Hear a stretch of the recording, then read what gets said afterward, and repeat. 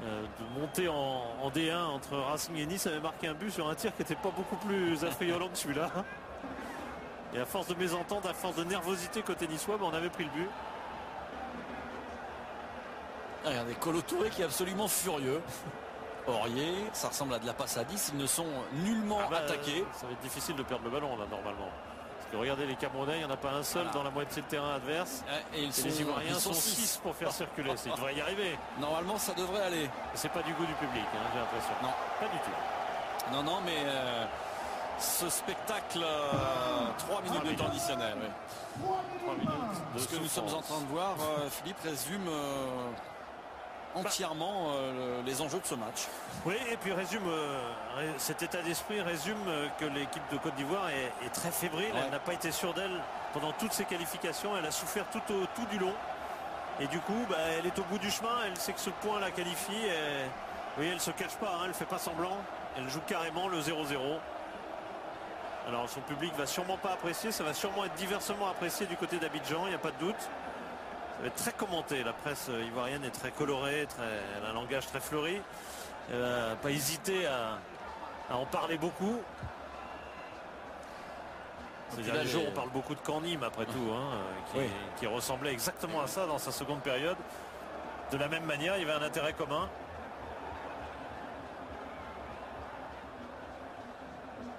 Et puis là, clairement, les Camerounais n'ont plus envie. Hein.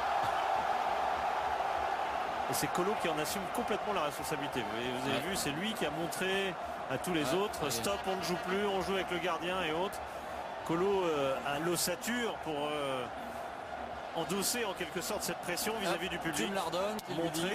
Montrer que lui assume complètement ce calcul en homme d'expérience du haut de ses 34 ans. Regardez, Hervé Renard qui il sait que le match est fini. Voilà, il préfère regagner les vestiaires.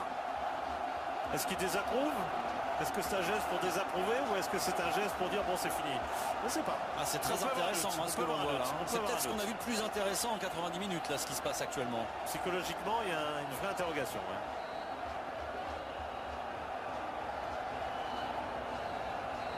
En Europe, on se cache un peu plus pour faire ça. Là, on se cache pas du tout. On joue à 7 dans son camp. C'est assumé.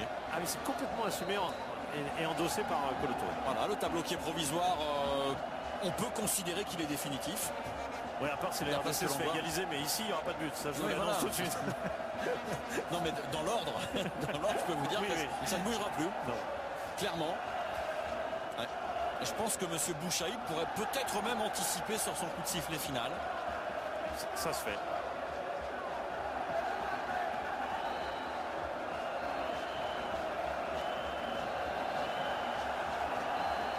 Même Bonny est revenu. Regardez, peut-être qu'il a envie de toucher la balle complètement. Il a compris que le ballon ne passerait plus le milieu de terrain, donc c'était pas la peine de rester de l'autre côté. L'arbitre marocain qui regarde sa montre à l'instant. Et c'est l'assistant d'Hervé Renard qui coach sur la fin. Le public en tout cas s'est rangé à l'avis des joueurs. Il encourage malgré tout son équipe. Il fait la qualification malgré tout. La Côte d'Ivoire et le Cameroun seront les deux équipes qualifiées dans ce groupe D, dans ce qui aura été sur les 6 dernières minutes une parodie de match ou de non-match plutôt. Mais en tout cas, c'est sûr, on retrouvera ces deux équipes à la CAN en 2015.